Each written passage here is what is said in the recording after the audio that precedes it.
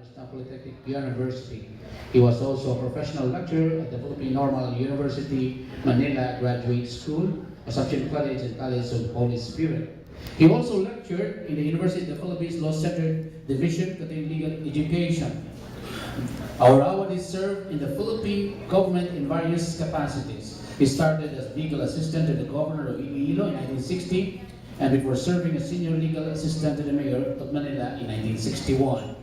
He was executive member of the Board of Censors of Motion Pictures under the office of the President 1963 to 1969. He continued fighting martial law regime of Ferdinand Marcos by filing several petitions before the Supreme Court. He was suspended by the Supreme Court from the practice of law for an indefinite period as standby for ignorance of the law.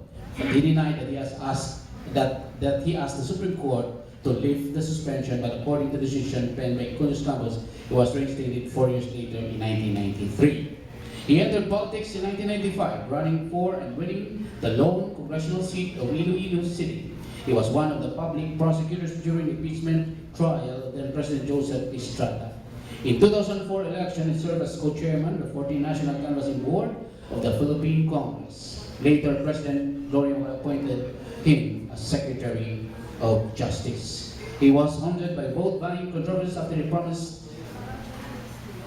the barangay from the city of Iloilo to deliver 12-0 senatorial sweep for the administration's party in the midterm elections. On June 4, 2008, he became the Secretary of Justice and was Raul M. Gonzalez Sr. To receive the award is I am my father's daughter, Dr. Maribel Gonzalez.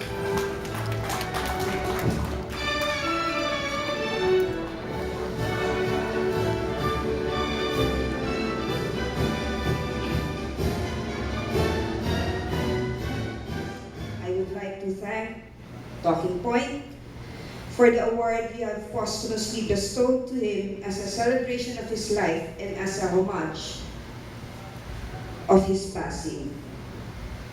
Let me be candid. Actually, when my family was informed that he would be a recipient of this award, we were at first bewildered.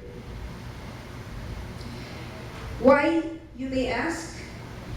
Well, based on the simple fact that during his lifetime, the press was actually overly critical to him. In all honesty, I understand where you came from.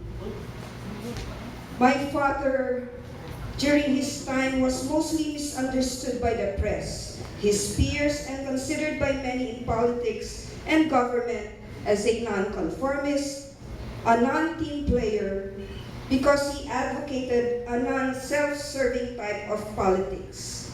He was not a pal. He was never a coddler, a cheat, especially not a thief. To him, it did not matter what you said of him. To him, what mattered was doing what was expected and what was right. Not for the press, not for his peers, not even for himself nor his family, but for the people whom he has sworn to serve. I speak of him as a daughter to her father. I measure the success of a man's life by other lives he touched and the number of people who loved him. This is often hard to quantify, but looking over all of your faces and with the recognition that you have given, this is the testament of the person that he was. He was just a simple man who was entrusted to hold a position of authority.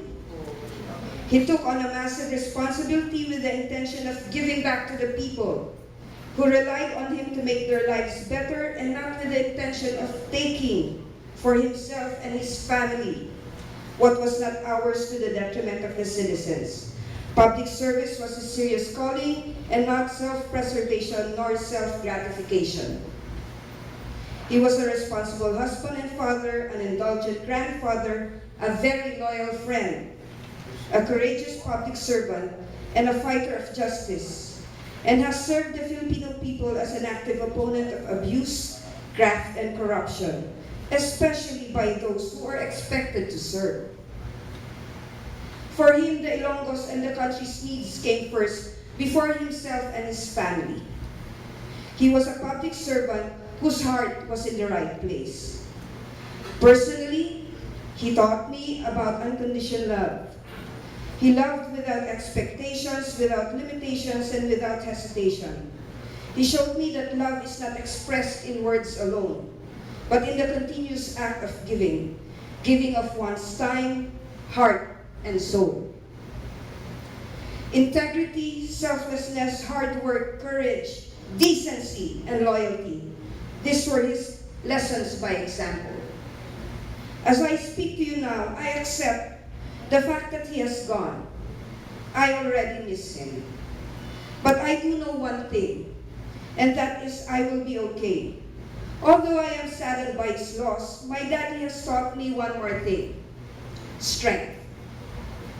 We conquer fears, disappointments, heartaches, and failures, and we rise above it all to start all over again.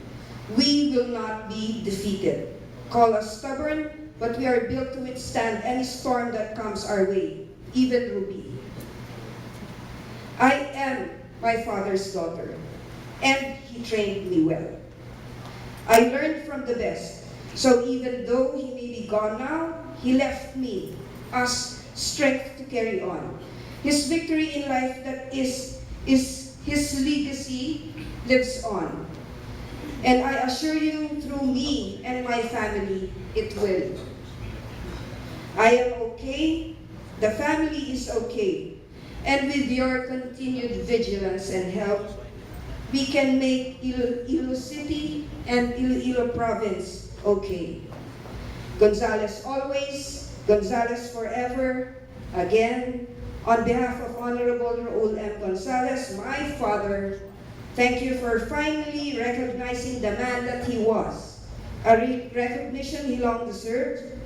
Congratulations, Talking Point, and good evening to everyone.